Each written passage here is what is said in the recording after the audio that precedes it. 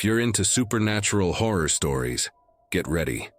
Because today I'm going to share with you accounts that will really mess with your head. Presences that show up in the most unexpected places, and they don't always want to leave.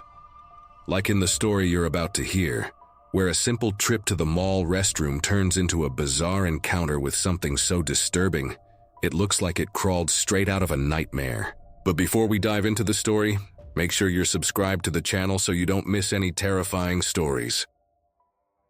I work in one of those old, half-forgotten malls, the kind that's seen it all.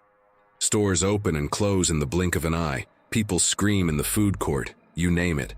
But nothing could have prepared me for what I saw in that bathroom stall one afternoon.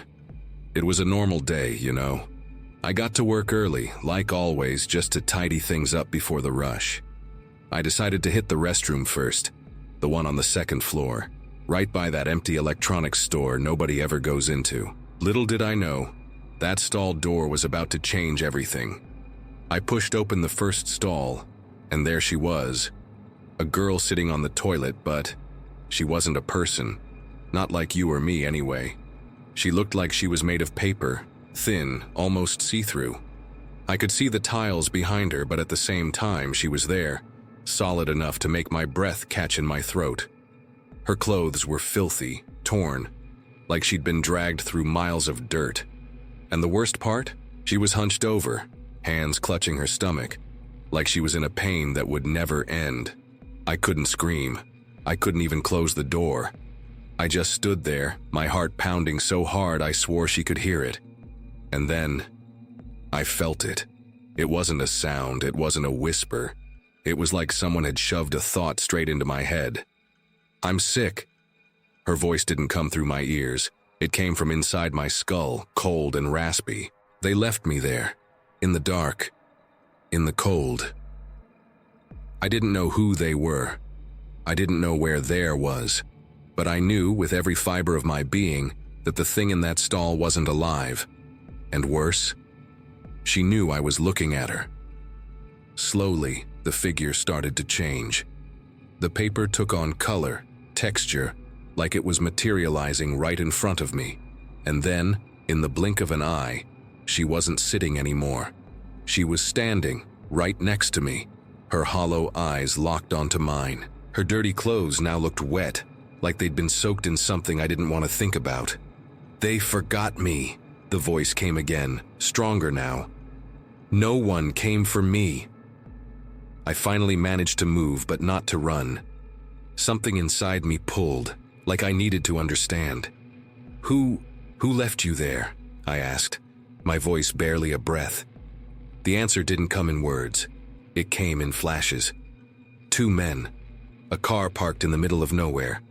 Dry earth, dark sky, and her, lying in the sand, shaking, her eyes filled with tears and something else. Something chemical. Wrong. The word overdose hit my mind like a cold diagnosis. They'd taken her out there, left her to rot in the desert, and driven away like she'd never existed. When I blinked, the stall was empty. No girl, no suffocating presence. Just the smell of mildew and a chill on the back of my neck that wouldn't go away. I left the bathroom feeling watched, like something was clinging to my back, breathing down my neck. But the hallway was empty. The mall was still quiet, innocent. But I knew. Someone had been left behind, and now, she'd chosen me to tell her story. That night I couldn't sleep. Every time I closed my eyes, I saw her. The paper girl. The pain in those empty eyes. That whisper inside my head. No one came for me. The next day I went back to the mall earlier than usual. Not for work. It was like something was pulling me there. An urgency I couldn't ignore. This time the bathroom was normal. Bright, ordinary, nothing out of place. But I knew she was still around. So I did what anyone would do in this day and age. I searched. On my phone, between customers, I dug through missing person sites, old news articles, true crime forums. Nothing. Until buried in some obscure thread about accidents on the desert highway outside town, I found a lone post. Two guys left a girl dying in the middle of nowhere. Think it was an OD. Took off before the ambulance got there. The post was old, no names, no details. But the chill that ran down my spine told me it was her. On my next day off, I got in my car and drove out to that stretch of road. It didn't make sense. I knew that. What was I expecting to find? A ghost? A tombstone? But I had to go. I had to try. The place was emptier than I'd imagined. Just sand, rocks, and a heavy silence, the kind that swallows even the sound of your own breath. I walked around aimlessly until I felt it, a pressure in my chest, like someone was squeezing my heart. And then a smell, sweet and sour at the same time. Expired medicine, cold sweat.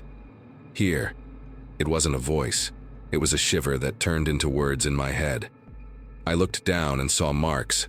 Not blood, nothing dramatic. Just disturbed earth, like someone had dragged themselves there before stopping for good. That's when I realized I wasn't alone. I didn't see her. I didn't hear footsteps. But I felt it. That same stare burning into my back. That same breath that wasn't mine. When I turned around, there was nothing. Just the wind rustling a plastic bag caught in a dead bush. But I knew. She was there.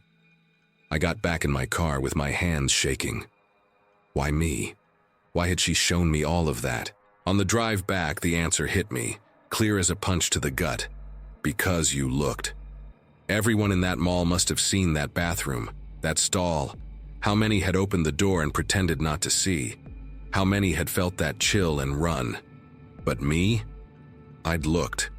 And now she wasn't going to let me go that easily. The next week I started dreaming about her. They weren't nightmares, not exactly. It was just the two of us in some dark place, and she showed me things, snippets of her life before the desert. Parties, needles, laughter cut short by screams, two men carrying her like she was trash. I'd wake up with my pillow wet, not sure if the tears were mine or something else. Then one night in the dream, she stopped in front of me and pointed behind me at a door. Not a normal door. It was glowing, kind of blurry, like it was underwater. They won't let me through. That's when I understood. She didn't just want me to know she wanted to go, but something, or someone, was holding her here. The next day, I talked to a friend who's into energy work, spirits, that kind of thing. She looked at me seriously and said, "Sometimes they get stuck where they died. Sometimes they get stuck in the person who sees them." So that was it. I hadn't just seen the paper girl. I'd brought her with me. Creepy, right? I'm dying to know what you thought of this story. What rating would you give it from 0 to 10? Drop your answer in the comments.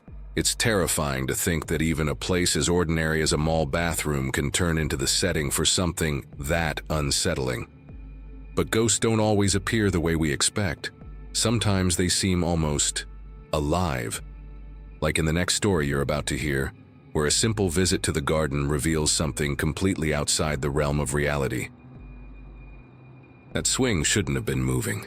I was in the kitchen wrapping up a mind-numbing work report when I glanced out the window and saw her. My friend Chloe, sitting on her garden swing with a notebook in her lap, like she was jotting something down.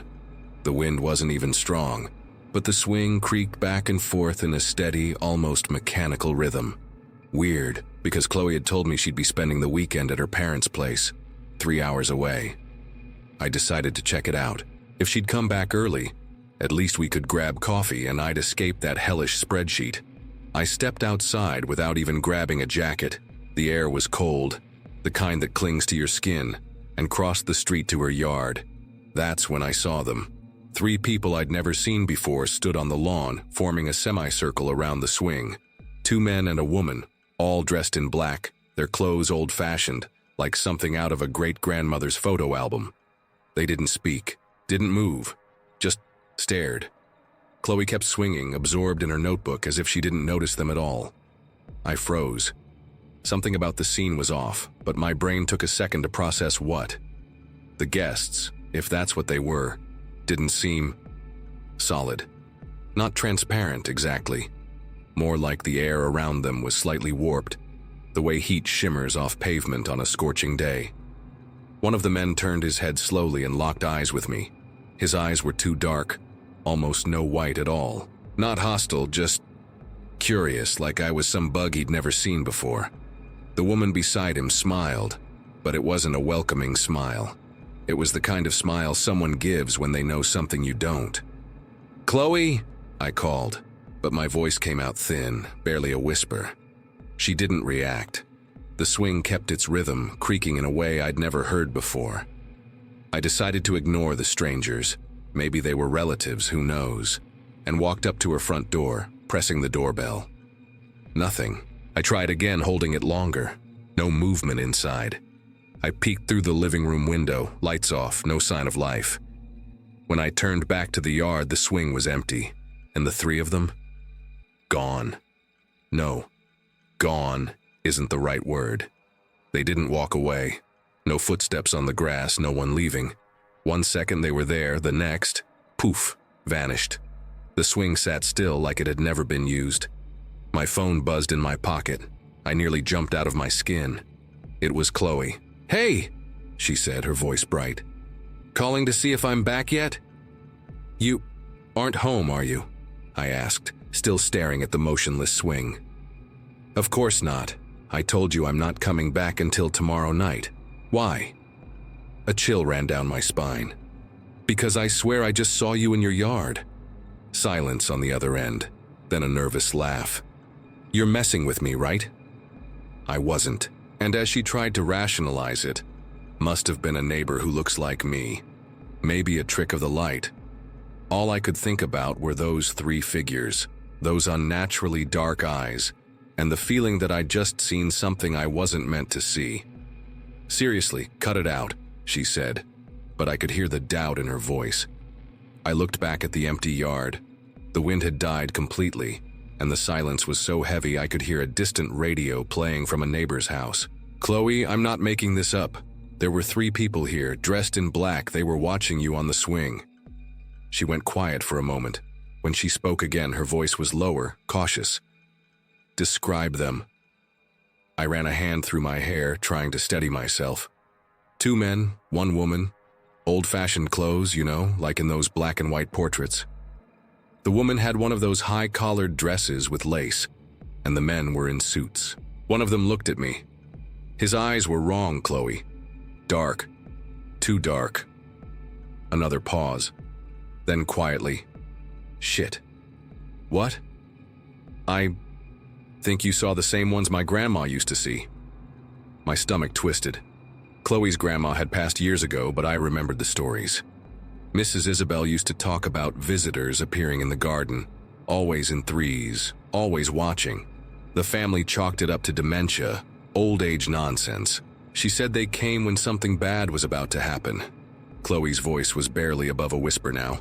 Someone in the family would get sick or die. My heart pounded. Chloe's house was silent, but I had the creeping sense I wasn't alone. That cold clinging to my skin earlier, now it was inside me. What if, I swallowed hard, what if they weren't here for you? Silence. Chloe understood immediately. Oh God. I ended the call with shaking hands.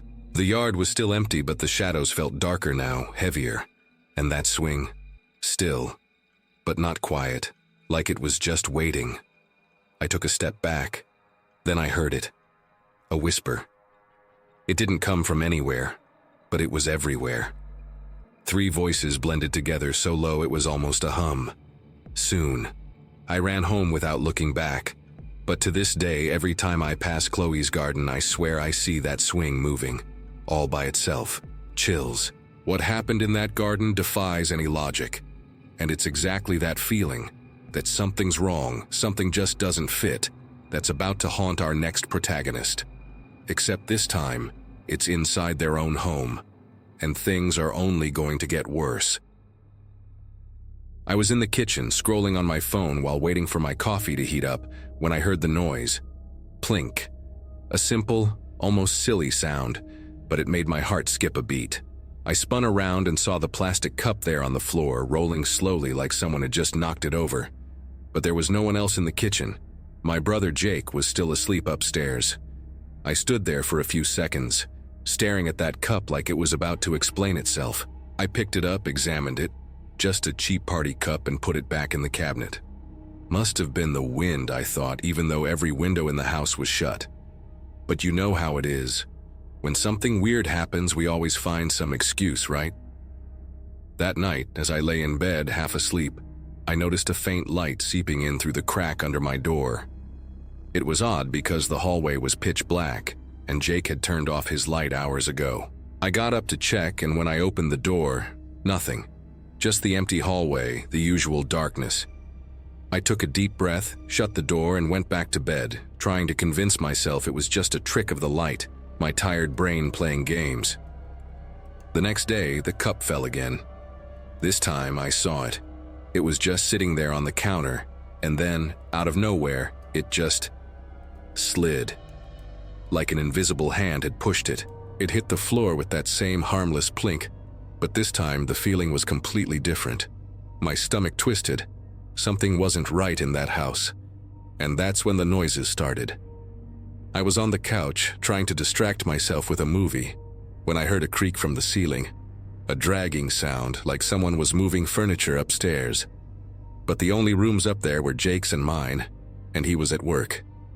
I froze. No way, I muttered, standing up slowly. I grabbed the baseball bat we kept behind the door. Yeah, cliché, but in that moment you'll grab anything, and crept up the stairs. Each step groaned under my weight like it was giving me away. When I reached the top, the hallway was empty. Jake's door was closed. Mine was slightly ajar, just how I'd left it. I stepped inside, looking around. Nothing. No furniture out of place, no open windows, no sign that anyone or anything had been there. But the smell. There was a strange odor, sweet, kind of sour, like rotting fruit. I'd never smelled anything like it before. When Jake got home, I told him everything. He laughed, of course. "You've been watching too many horror movies, dude," he said, clapping me on the back. Probably just the wind, a rat, who knows. But I knew it wasn't any of that. And the worst part, I had no proof, just that cold dread crawling up my spine that wouldn't go away. That night I lay in bed trying to ignore the heavy silence of the room. I fell asleep, but not for long. Something woke me up. A dry, repetitive sound. Tap, tap, tap, like someone knocking on the window, but my room was on the second floor. I was paralyzed. The sound came again. Tap, tap, tap. Slowly I turned to look. The blinds were down, but I could see the darkness outside. No tree branches, no birds, nothing that could have made that noise. My heart was pounding so hard I thought it might burst.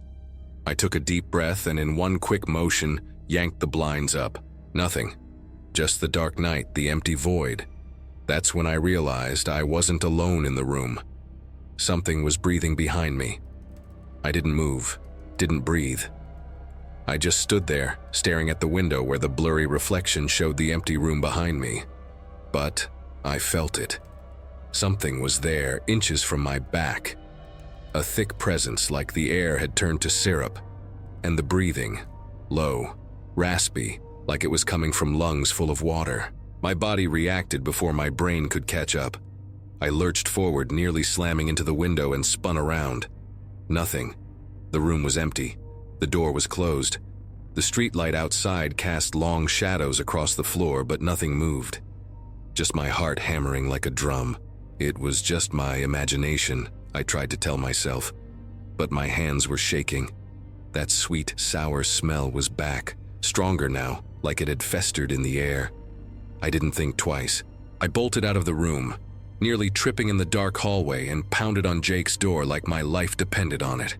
He opened it, his face swollen with sleep, and before he could complain, I blurted out, "There's something in the house." Jake looked at me like I'd lost it. "Dude, you're white as a sheet," he mumbled, rubbing his eyes. But as I started to explain, the cup, the noises, the window, his expression turned serious. "Damn, you sure you heard right? Could be a burglar." We tore through the house, cabinets, the basement, even under the beds, nothing. Jake even opened my window and looked outside, but all he saw was the garage roof and the empty backyard. "Just try to sleep, man. We'll check again tomorrow," he said, yawning. But I couldn't go back to my room. The thought of being alone in the dark sent a chill down my spine. I grabbed my pillow and threw it on the living room couch. "I'm sleeping here," I said, turning the TV on low just for the noise. Jake shook his head, half worried, half annoyed. "Fine, but tomorrow, you're telling me what's really going on." He headed upstairs and I stayed there, wrapped in a blanket, staring at the kitchen door. The TV played a silent infomercial, the blue light flickering on the walls. I didn't want to admit it, but I still felt something, like the house was holding its breath, waiting for me to close my eyes so it could make its move. That's when I heard the noise. Scratching, faint but clear, coming from the ceiling, the same spot as before. This time it sounded like nails dragging across wood. Screech. My body locked up. The TV turned off by itself, and then, plink. The same sound of the cup falling, but now, in the dark kitchen. I knew what I'd find, but I went anyway. The living room light only reached halfway into the kitchen, and there it was, the cup on the floor, just like before. But this time, it was broken, cracked in half, like it had been crushed by an invisible hand. And next to it, on the counter, there was a mark, fingerprints. But they weren't human. They were too long, too thin, like they'd been made by fingers that stretched beyond what was natural. And the smell, that sickly sweet odor filled the air, so strong I nearly gagged. That's when I realized, this wasn't just a ghost. It had noticed I'd seen it, and now it wanted me to know. I didn't sleep that night. I stayed on the couch, wide-eyed, listening to every creak in the house. When the sun finally came up, it felt like a week had passed.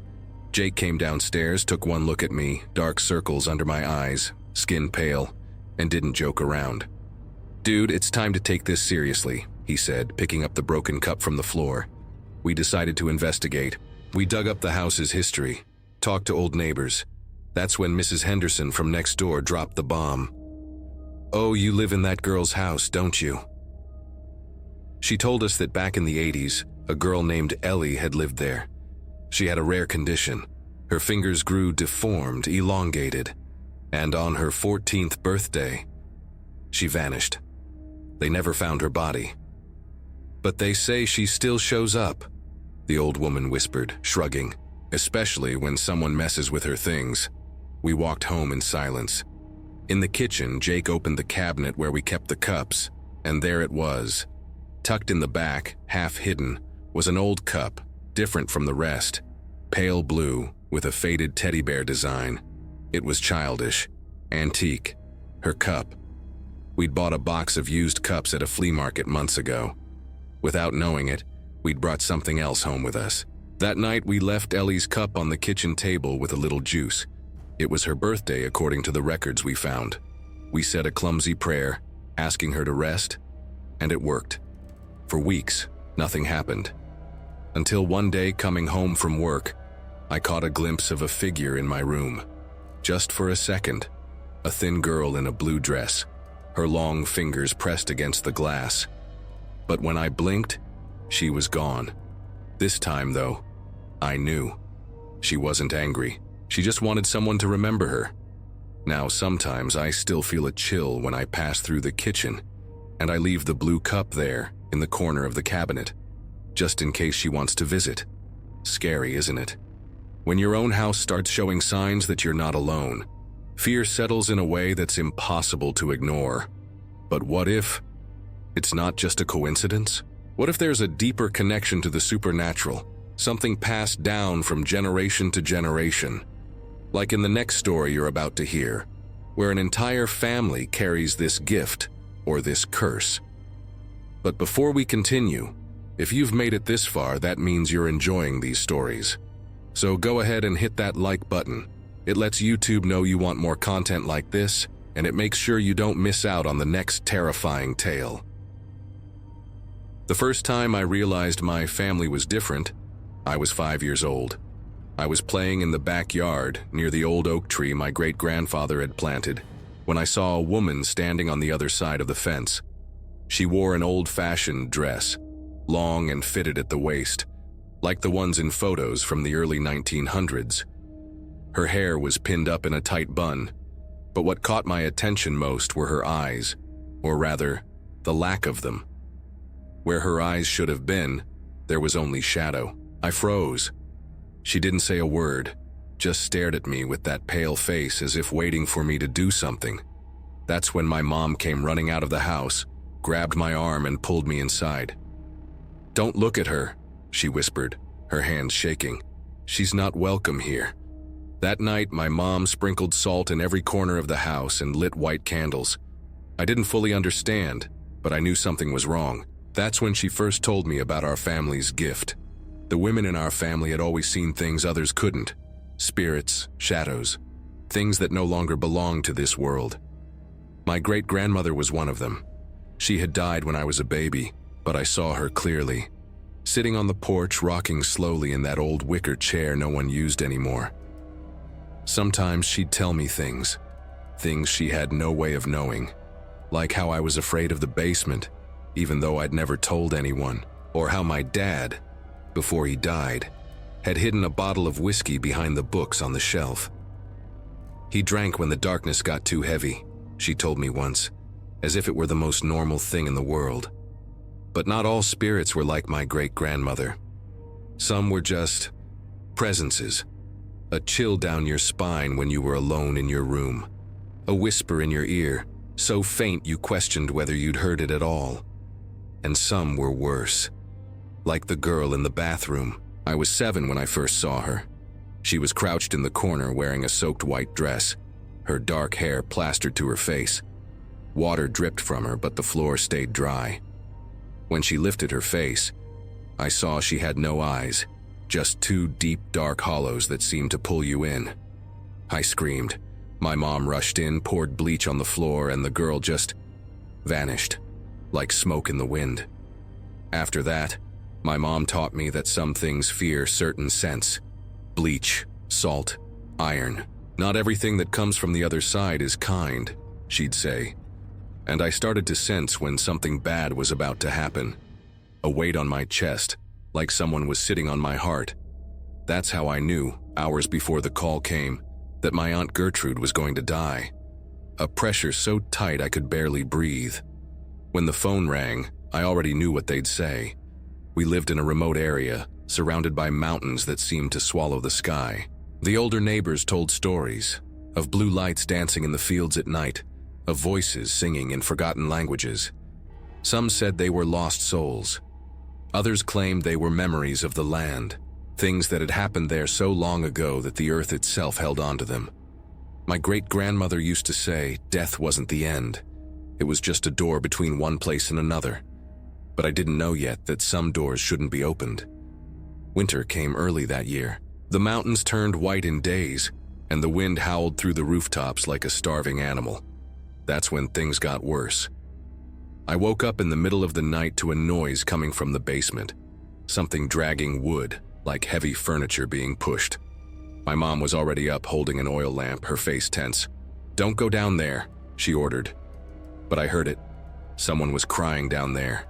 A child's voice, softly sobbing, as if lost.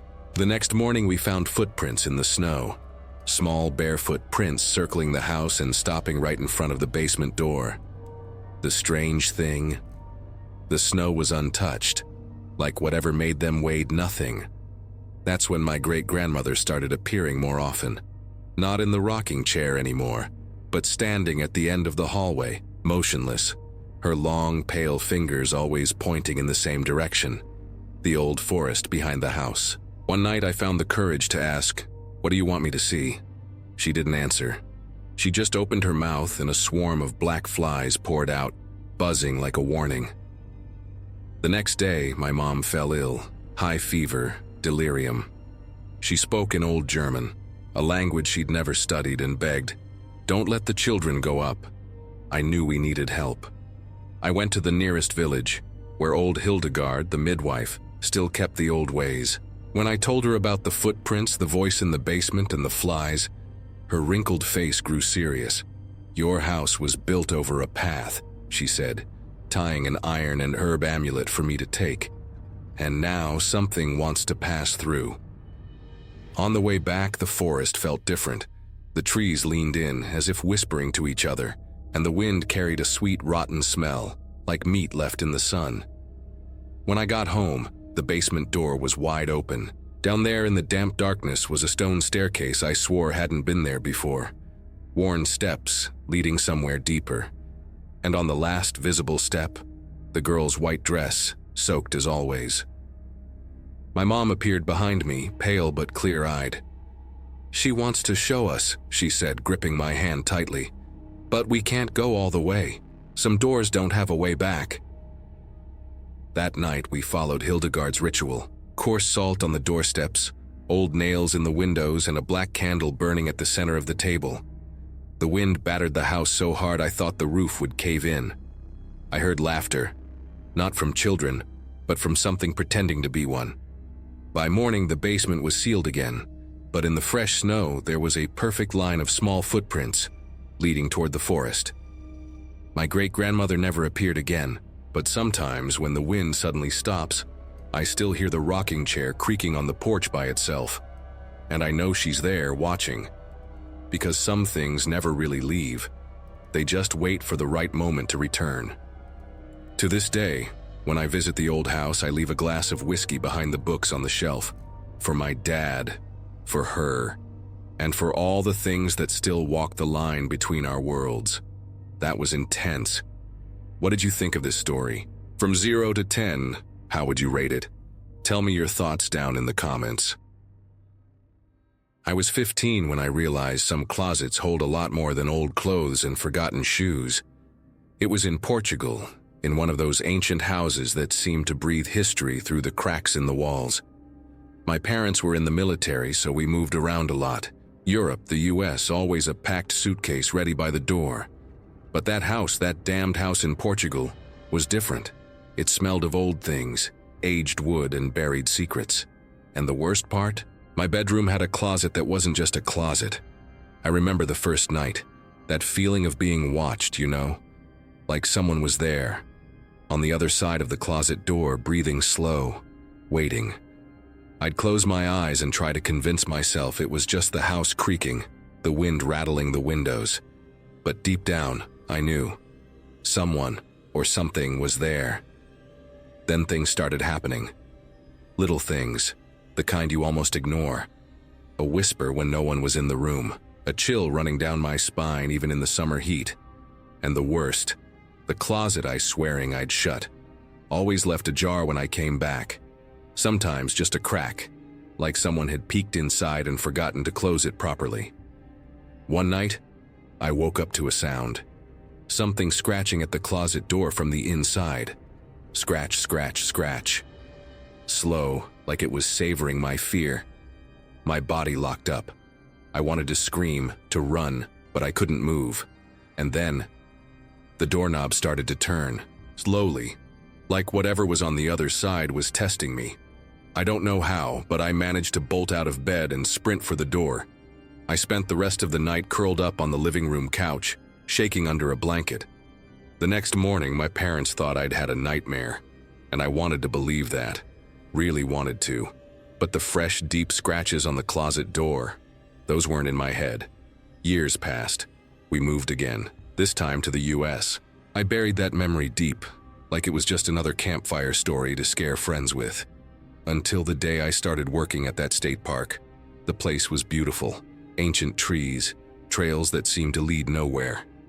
But tucked into that postcard-perfect landscape was a historic site. An old village with wooden cottages, a bakery, a mill, and the stories. Oh, the stories were endless. They said the place was haunted, that things happened there after the sun went down. I laughed at first. Of course I did. After Portugal, I'd decided I wasn't going to let silly fear mess with my job. But then came the guided tour. It was in the bakery. We were showing visitors around, explaining what life was like back then, when suddenly, that chill, the same chill I'd felt in my bedroom in Portugal, like someone had cracked open a door to hell right behind me. And then it hit me. I'm being watched. I turned, expecting to see a curious tourist. But there was no one, Just empty space and that heavy silence, like the air had been sucked out of the room. That's when I realized it wasn't just a house in Portugal. Some things follow you. And the worst was yet to come. After that bakery visit, I started noticing the whole park breathed something wrong. I tried to convince myself it was just my imagination. The place was old, full of aged wood and sad stories. That explained the prickling on the back of my neck, but I couldn't ignore the looks my coworkers exchanged when we locked up the buildings at the end of the day. Everyone knew. No one talked. Then came my overnight shift. It was one of those autumn days where the wind cuts like a knife. I had to open the historic buildings before sunrise, get everything ready for visitors. Normally, it was quiet. But that day, the blacksmith's house, it resisted. The key jammed in the lock like someone was holding it from the inside. When the door finally gave, the smell hit me. Sweet and rotten like old meat and honey. I almost turned back right then. But the job was the job. So I stepped inside. The flashlight cut through the darkness, revealing the old tools, the dark wooden walls. Everything normal until I heard it. Footsteps. Light, quick, coming from upstairs. The second floor was tiny, just storage. No one should have been up there. Hello? My voice came out weak, choked. Silence. And then, something came down the stairs. It wasn't a man, it wasn't an animal. It was a shadow, but not like any shadow you've seen. It had weight, density, but no face. No defined shape, just moving darkness. And the speed. God, the speed. A black blur that descended the stairs in a second and stopped in the middle of the room, like it was studying me. I didn't think, didn't scream. My body decided for me. I ran like hell was on my heels. Because it was. When I burst out of the building, I nearly collided with Jake, one of the oldest guards. He didn't need to ask. He just looked at my face and said, "It was the shadow, huh?" That's when I understood. I wasn't the first, and I wouldn't be the last. The rest of the shift was a blur. I forced myself to finish the job, but every shadow made me jump. When I told the others, the stories poured out. The cleaning crew who heard laughter in the basement. The guides who saw figures in the old mirrors.